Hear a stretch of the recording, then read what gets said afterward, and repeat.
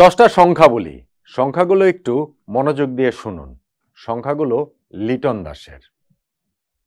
63, 33, 92, 80, 93, 94, 69, 50, 83, 64। লিটন দাসের সর্বশেষ 10টা টি-20 ইনিংসের পাশে এই সংখ্যাগুলো রয়েছে। রান নয়, রান হলে তো দুর্দান্ত ব্যাপার হতো। যে সংখ্যাগুলো আমি বললাম সেটা তার সর্বশেষ 10টা ইনিংসের স্ট্রাইক রেট। টি-20তে সর্বশেষ 10টা ইনিংসের স্ট্রাইক রেট। এই 10টা ইনিংস তিনি খেলেছেন 3টা আলাদা আলাদা দেশে, বাংলাদেশ, ইউএসএ, ওয়েস্ট ইন্ডিজকে একটা দেশই না হয় ধরলাম ক্রিকেটীয় হিসাবে। 7টা আলাদা আলাদা মাঠে, বাংলাদেশের Sylhet, Chattogram, Prairie View, Dallas, New York, Saint Vincent, সর্বশেষ এন্টিগা। 7টা আলাদা আলাদা প্রতিপক্ষের বিপক্ষে তিনি খেলেছেন। Sri Lanka, Zimbabwe, USA, Netherlands, South Africa, Nepal, Australia. কিন্তু একটা জিনিস কমন প্রত্যেকটা ইনিংসেই, সর্বশেষ 10টা টি-20 ইন্টারন্যাশনাল ইনিংসে লিটন একটা ইনিংসেও 100 স্ট্রাইক রেটেও ব্যাটিং করতে পারেননি, একটা ইনিংসেও না। এই 10টা ইনিংসে তিনি রান করেছেন মোট 129, গড় 12.9, স্ট্রাইক রেট 81।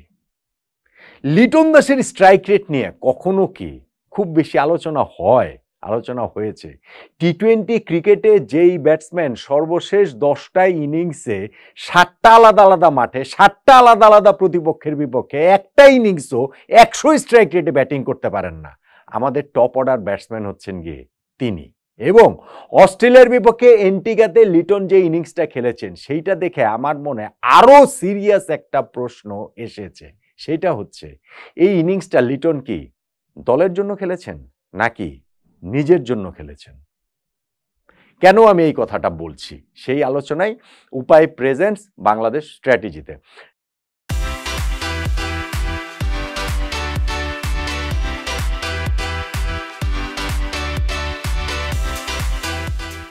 দেখুন, আমাদের স্ট্র্যাটেজির একটা বড় জায়গা জুড়ে তো আমাদের টপ অর্ডার থাকে, আমাদের ভাবনার জায়গা থাকে, এবং টপ অর্ডার আমরা ফেল করি, টাইম এন্ড এগেন আমরা ফেল করছি, এই পুরো ওয়ার্ল্ড কাপে সেটা আমাদের ভোগাচ্ছে।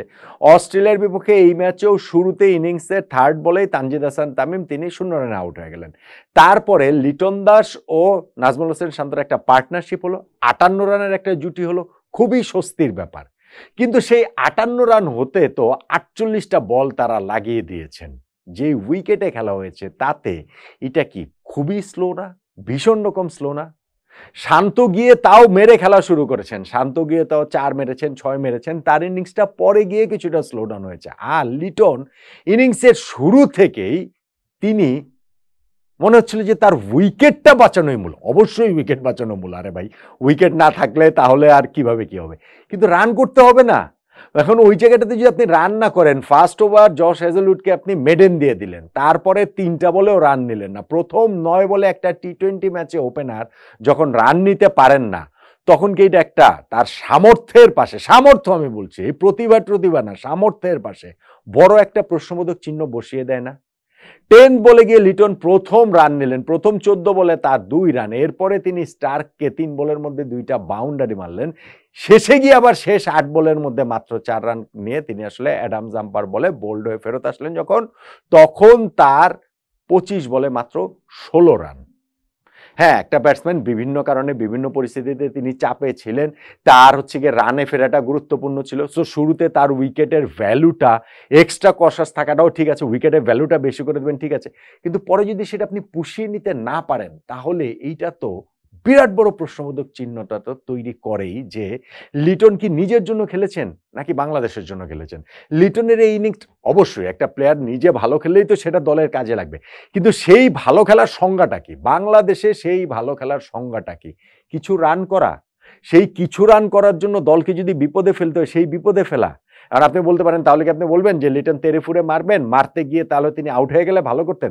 ভাই, লিটন সবই করছেন, লিটন সব রকম চেষ্টাই করছেন। আমি তো বললাম সর্বশেষ 10টা ইনিংস 7টা ভিন্ন মাঠে 7টা ভিন্ন প্রতিপক্ষের বিপক্ষেও যে একটা ইনিংস 100 রানে 100 স্ট্রাইক রেটে করতে পারেন না, তাকে আসলে টি-20 ফরম্যাটের টপ অর্ডারে কতটা কার্যকর সেই প্রশ্নের জায়গাটা ওঠাটা আসলে খুবই, খুবই স্বাভাবিক বলে আমার কাছে মনে হয়। বাংলাদেশের সংকটটা হচ্ছে আমাদের এইখানটাতে তো আসলে সবারই অবস্থা খারাপ। সবারই অবস্থা যা তা। কার উপরে ভরসা রাখবেন? আমাদের এই যে টপ অর্ডারের এইখানটাতে তাও তো নাজমুল হোসেন শান্ত এই ম্যাচটাতে কিছু রান পেয়েছেন। ৩৬ বলে ৩১ রানে একটা ইনিংস করে খেলেছেন। সেটা তার জন্য যেমন রিলিফ, বাংলাদেশ দলের জন্যও তেমনি রিলিফ। তিনি তো ক্যাপ্টেন। তিনিই যদি রান না করতে পারেন সেইটা আরো একটা এক্সট্রা প্রেশার তৈরি করে। লিটন দাসের কি সেই প্রেশারটা প্রতি ম্যাচেই কি তৈরি করছেন না? তাকে এই সময়ের মধ্যে ওপেনার হিসেবে খেলানো হয়েছে, ৩ নম্বরে খেলানো হয়েছে। কোথাও তো তিনি আসলে শেষ পর্যন্ত গিয়ে কিছুই করতে পারছেন না। এখন টি-20 ম্যাচে স্ট্রাইক রেটটা গুরুত্বপূর্ণ, খুবই গুরুত্বপূর্ণ, ভীষণ রকম গুরুত্বপূর্ণ। সেই স্ট্রাইক রেটের জায়গাটাতে যখন এতগুলো স্যাম্পল আপনি নিবেন, সর্বশেষ 10টা ম্যাচে এরকম 7টা আলাদা ভেন্যু, 7টা আলাদা প্রতিপক্ষ, তারপরে আর এক্সকিউজ দেওয়ার কোনো উপায় আসলে থাকে না। তখন আসলে একটাই এই জায়গাটাতে মেনে নিতে হবে হাত তুলে যে সামর্থ্যের জায়গাটাতে ঘাটতি আছে, প্রবল ঘাটতি রয়েছে।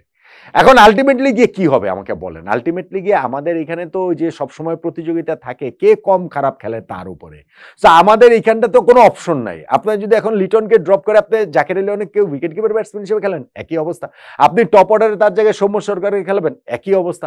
ফলে সেই কারণে ক্রিকেটাররাও রিল্যাক্স, ক্রিকেটাররাও জানেন আমাদের কাছে বারবার ফিরতে হবে। লিটন দাসও খুব ভালো করেই জানেন যে আমার কাছে বাংলাদেশ ক্রিকেটকে বারবার ফিরতে হবে। যেই কারণে তিনি কোট আনকোট আমি বলছি স্বার্থপরের মতো ইনিংসটা খেলার চেষ্টা করেছেন।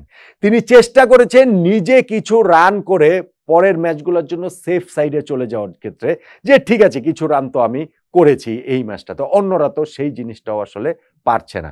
আমাদের এক্সপেকটেশনও আমাদের প্লেয়ারদের কাছে এক্স্যাক্টলি সেই রকমই। ধরেন আমাদের বোর্ড প্রেসিডেন্ট নাজমুল হাসান পাপন কিছুদিন আগে ওয়ার্ল্ড কাপ চলাকালীন সময় তিনি বলেছিলেন না যে শান্ত লিটন একদিন খেলে দিবে, সেই একদিনটা কবে আমি জানি না, কিন্তু আমাদের তাদের এখনই প্রয়োজন। আমরা কিন্তু সত্যি সত্যি সেই আশায় আছি যে লিটন একদিন খেলে দিবেন। সেই একদিনটা ইন্ডিয়ার বিপক্ষে নেক্সট ম্যাচটাও তো হতে পারে। হ্যাঁ, ইন্ডিয়ার বিপক্ষে লিটন বরাবরই ভালো খেলেন। গত ওয়ার্ল্ড কাপে ইন্ডিয়ার বিপক্ষে যে ইনিংসটা খেলেছিলেন সেইটা ধরে তো ভারতের রবিচন্দ্রন অশ্বিন তাকে বলেছিলেন যে কয়েকদিন আগেই তো তিনি বললেন যে মনে হচ্ছিল ডানহাতি গ্যারি সোবার্স ব্যাটিং করছেন। ওই একদিন লিটন খেলে দিয়েছিলেন 2019 ওয়ার্ল্ড কাপে, যেটা দেখে ইয়ান বিশপ তাকে ওই যে মোনালিসার মতো হচ্ছে তার ব্যাটিং এর সৌন্দর্য খুঁজে পেয়েছিলেন। এখন সেই একদিনের আশাতে কয়দিন আসলে আমাদের আর অপেক্ষায় থাকতে হবে? কতদিন? যখন একজন টপ অর্ডার ব্যাটসম্যান টি-20 ফরম্যাটে এরকম 10টা ম্যাচে, আমি যে সংখ্যাগুলো আপনাকে বললাম সেটা রান না, সেটা হচ্ছে কি একটা স্ট্রাইক রেটের সংখ্যা। আরে ভাই, কোনো একটা ম্যাচে তো 2 বলে 2 করে আউট হলেও 100 স্ট্রাইক রেট হতো, সেইটাও হয় নাই একটা ম্যাচে। ওই 10টা ম্যাচের মধ্যে কোনো ম্যাচে সেইটাও হয় না, সর্বশেষ 10টা ইনিংসে ইনফ্যাক্ট। সো এই লিটন দাসকে নিয়ে তারপরেও বাংলাদেশ ক্রিকেটকে এগুতে হবে, তারপরেও আমাদেরকে আসলে আশায় থাকতে হবে কোনো একটা ইনিংস। পাপন ভাই যে কথাটা বলেছিলেন সেই কথাটা কিন্তু হচ্ছে হাওয়া থেকে কথা না, সত্যি সত্যি বাংলাদেশ ক্রিকেটের ফিলিংটা এখন ওইরকম। এটা আমজনতারও ফিলিং না, এটা ক্রিকেটের অন্তর্মহলের মানে ওই যে মানে বোর্ডেরই ফিলিং, মানে ক্রিকেটের ভেতরে যারা থাকেন তাদেরই ফিলিং, কোচিং স্টাফেরও ফিলিং যে না লিটন একদিন খেলে দেবেন, যেই দিন খেলে দেবেন সেই দিনই হচ্ছে গিয়ে আমাদের জয়ের সম্ভাবনা অনেকখানি বেড়ে যাবে। এখন সেই একদিনের আশায় আর কতদিন আমাদেরকে অপেক্ষায় রাখবেন লিটন দাস? ভারতের বিপক্ষে নেক্সট ম্যাচটাতেই কি সেই একদিনটা তিনি খেলে দিয়ে আবার না হয় 10 দিনের জন্য 10 ম্যাচের জন্য একটা শীতনিদ্রায় লিটন দাসের ব্যাট চলে যাবে, আবারও আমরা না হয় আশায় থাকবো যে না আবার কবে লিটন একদিন জেগে উঠবেন। কিন্তু টি-20 ফরম্যাটের ক্ষেত্রে এখন মানে ওয়ার্ল্ড ক্রিকেট যে জায়গায় গেছে সেটা কথা বাদ দিলাম, বাংলাদেশ স্ট্যান্ডার্ড যদি বলেন, আরে ভাই স্ট্রাইক রেট নিয়ে নাজমুল হোসেন শান্তর এত কথাবার্তা হয়, শান্তরও তো গত 10টা টি-20 ইনিংসের মধ্যে 4টা ইনিংস তার 100 স্ট্রাইক রেট প্লাস আছে, সেখানে লিটনের সেইটাও নাই। তাহলে আসলে আপনি কি বলবেন? আর এই ইনিংসটা যে লিটন খেলেছেন, আমি জানি না টিম থেকেই কি তাকে এরকম ইনস্ট্রাকশন দেওয়া ছিল কিনা যে এক সাইড অ্যাঙ্কর করে খেলতে হবে, প্রথম 9 বলের মধ্যে রান না নিলেও কোনো অসুবিধা নাই, পুরো ইনিংসটা জুড়ে খেলতে হবে। টিমের ইনস্ট্রাকশন কি ছিল আমি জানি না, কিন্তু যদি টিমের ইনস্ট্রাকশন এরকম না থাকে তাহলে আমার আন্ডারস্ট্যান্ডিং হচ্ছে গিয়ে লিটনের এই ইনিংসটা খুবই স্বার্থপর ইনিংস। লিটনের এই ইনিংসটা দলের জন্য যত না তার চেয়ে অনেক বেশি লিটন দাসের নিজের জন্য তিনি খেলেছেন। কিছু রান করে দলে নিজেকে আসলে সেফ সাইডে নিয়ে যাওয়ার জন্যই তিনি এরকম একটা স্বার্থপরের মতো ইনিংস খেলেছেন বলে আমার কাছে মনে হয়। আপনি আমার সঙ্গে একমত হতে পারেন, নাও হতে পারেন।